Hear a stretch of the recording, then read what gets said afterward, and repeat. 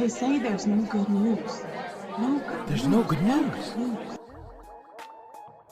What's up? What's up? So this is me, Shay and I, aka No Good Writer, and I'm rocking solo today with all of the drama surrounding Facebook and Australia. I thought I'd just slide in here and bring anybody up to speed who's like, okay, what is going on and does this affect us? So let's get into that.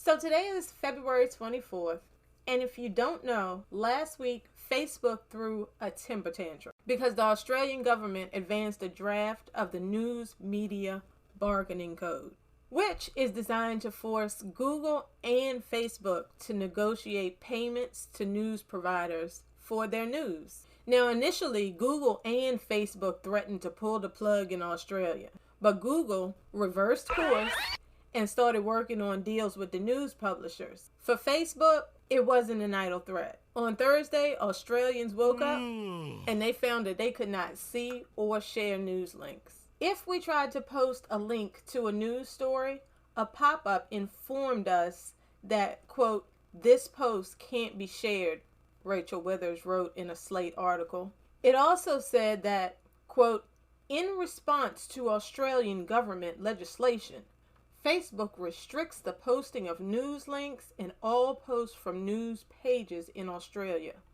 Globally, the posting and sharing of news links from Australian publications is restricted, end quote.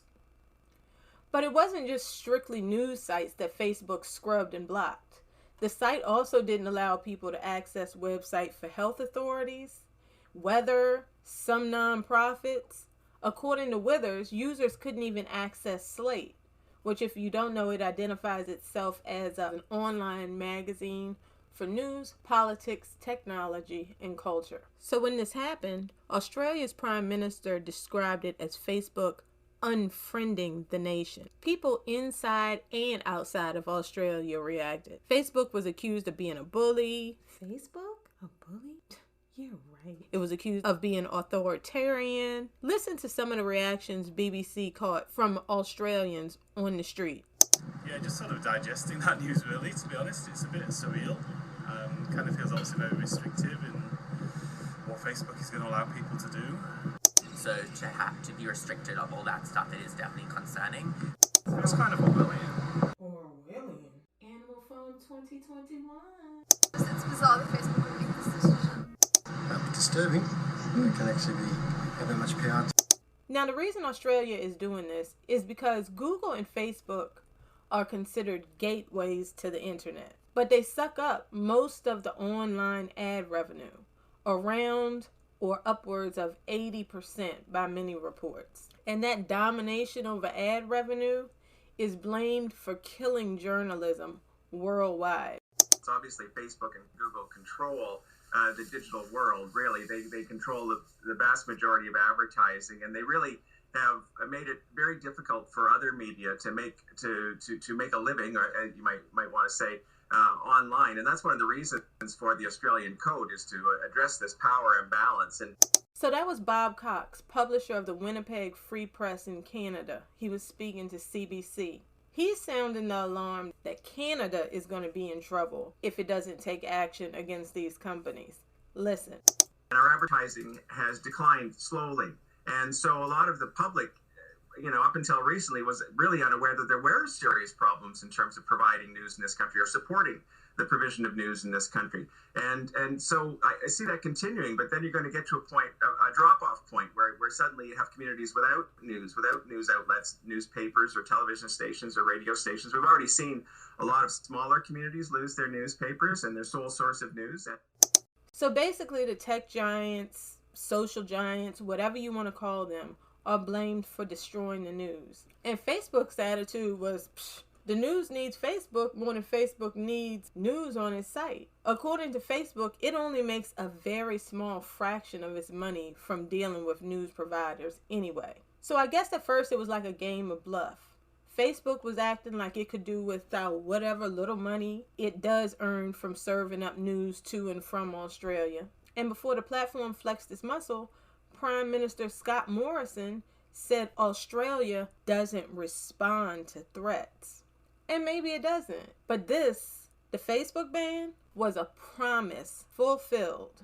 Australia quickly went back to the table and edited its little code. So now, less than a week, the government has made modifications that have appeased Facebook enough that Facebook has decided that it's going to turn the news back on. So the news is not currently back on, but it's supposed to be on the way. Hell yeah. Anyhow, those modifications basically will allow Facebook to use its own system for compensating publishers. And that basically sounds like the government is telling Facebook, you know, do your thing, but just make sure it sounds good to the public.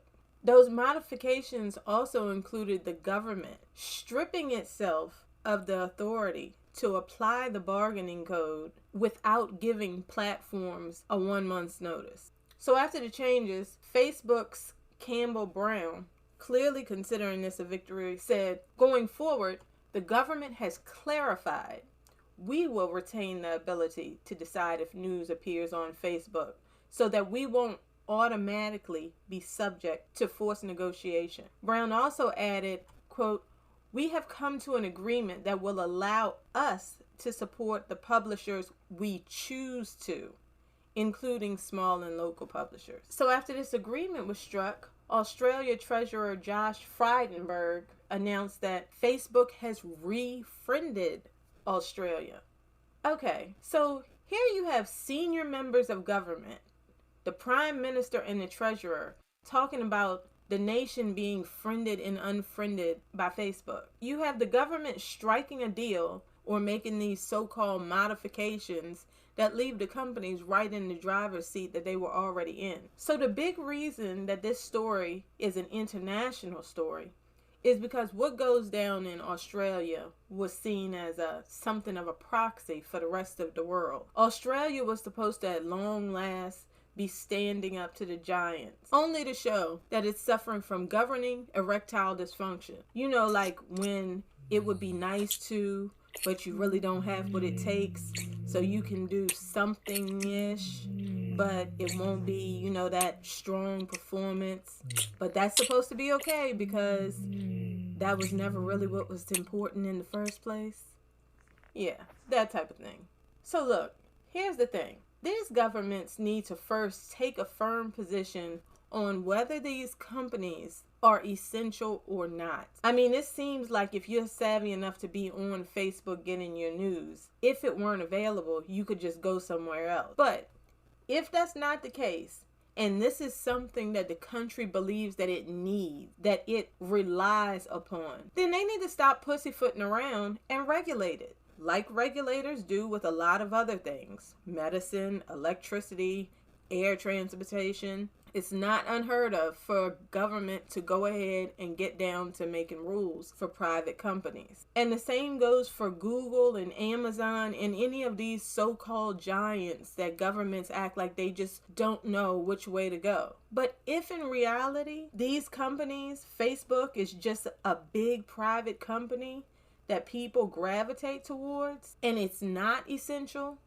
then it's not the government's place to decide that now, just because they're big, they have to share their cookies with their playmates. That is supposed to be the function of the marketplace, not of the government, at least not in a democracy.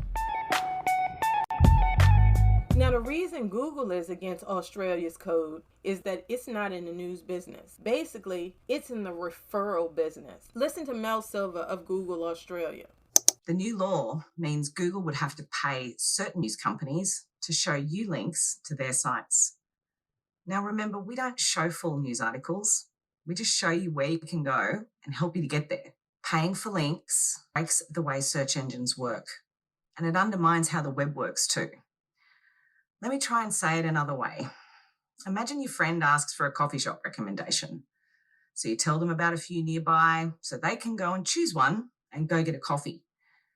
But then you get a bill to pay all the coffee shops simply because you mentioned a few of them. When you put a price on linking to certain information, you break the way that search engines work, and you no longer have a free and open web.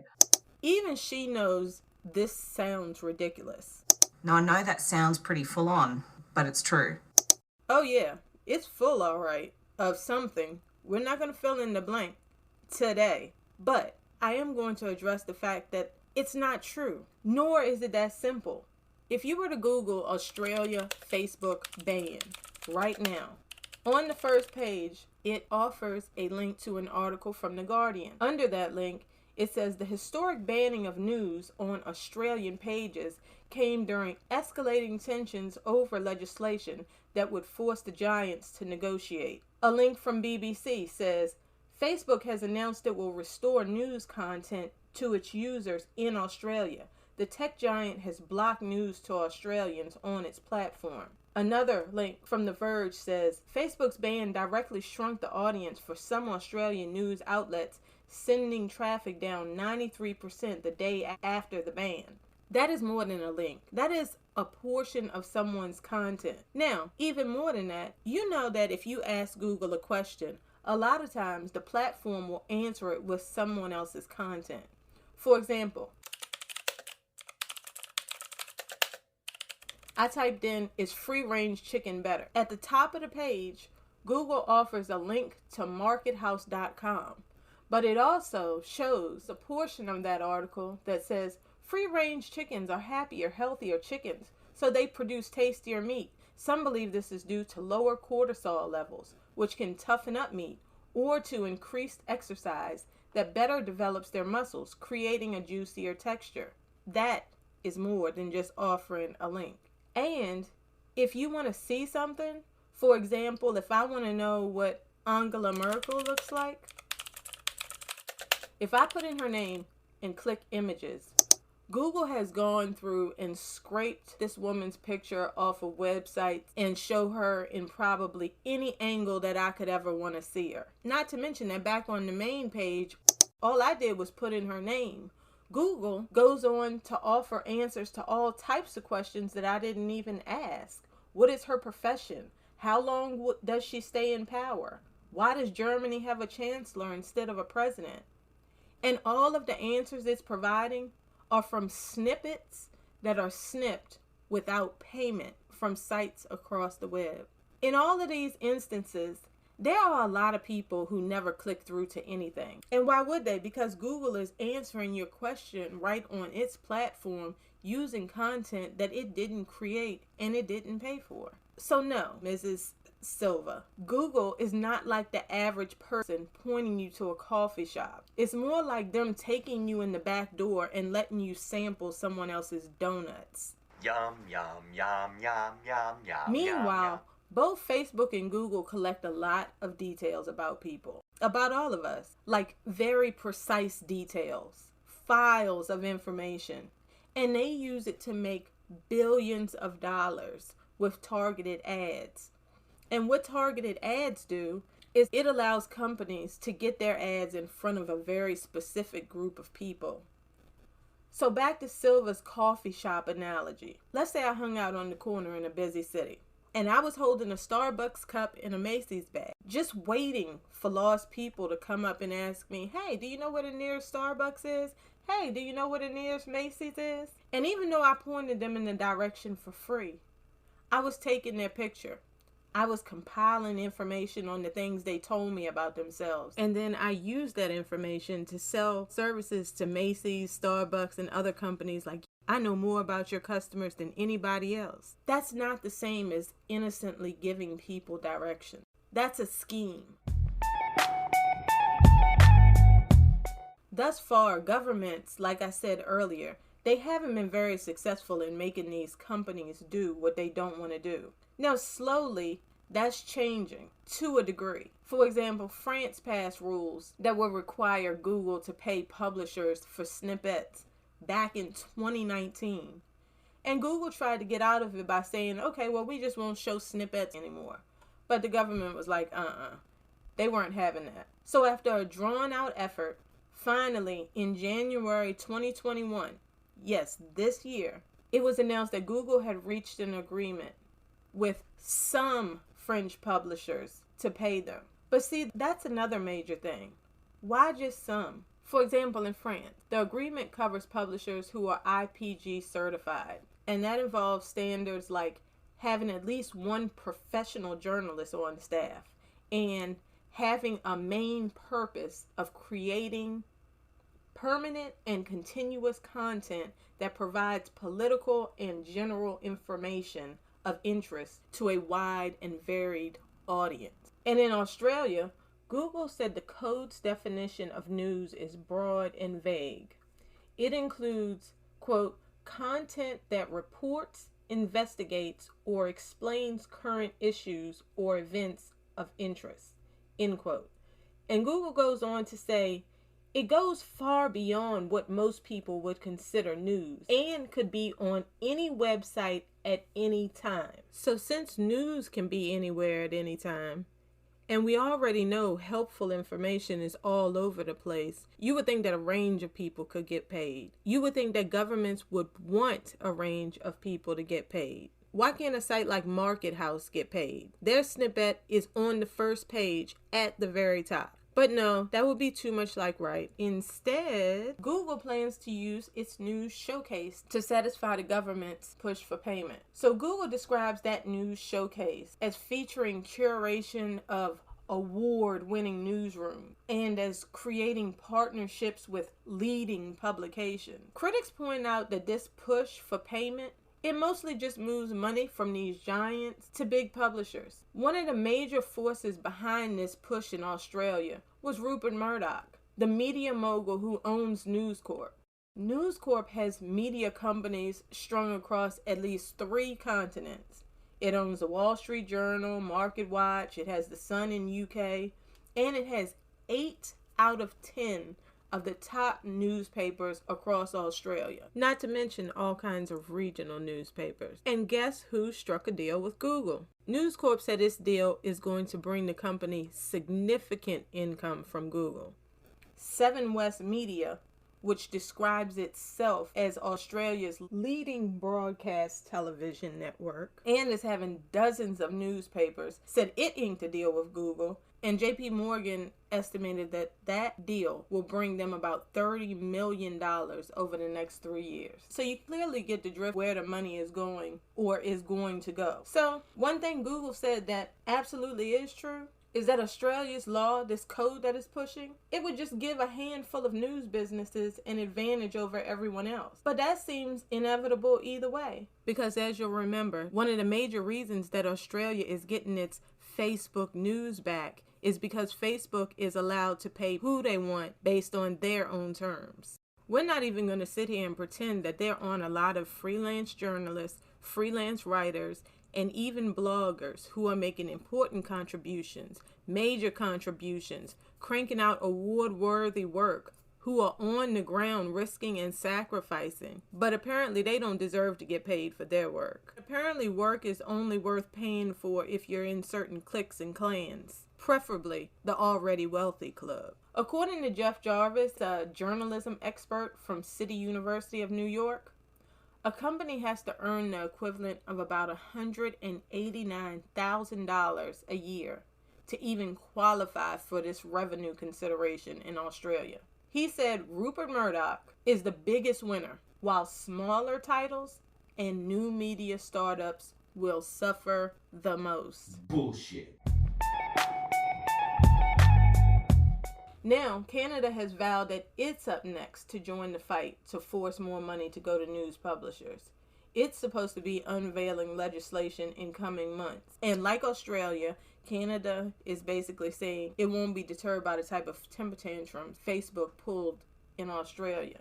I guess because the situation in Canada is just too dire. Canadian media organizations have warned the government that if they don't take action, the country will lose about 700 of the 3,100 print journalism jobs that are out there. And as you heard earlier, the issue is not just about the jobs, so it seems. The issue is about the fact that you create what's referred to as news deserts, where you have large areas with no news coverage. So since all of these efforts so far are supposed to save journalism, it will be really interesting to see what's done to ensure that that money, or at least a significant portion of that money, goes toward journalism. Will it improve journalists' salaries?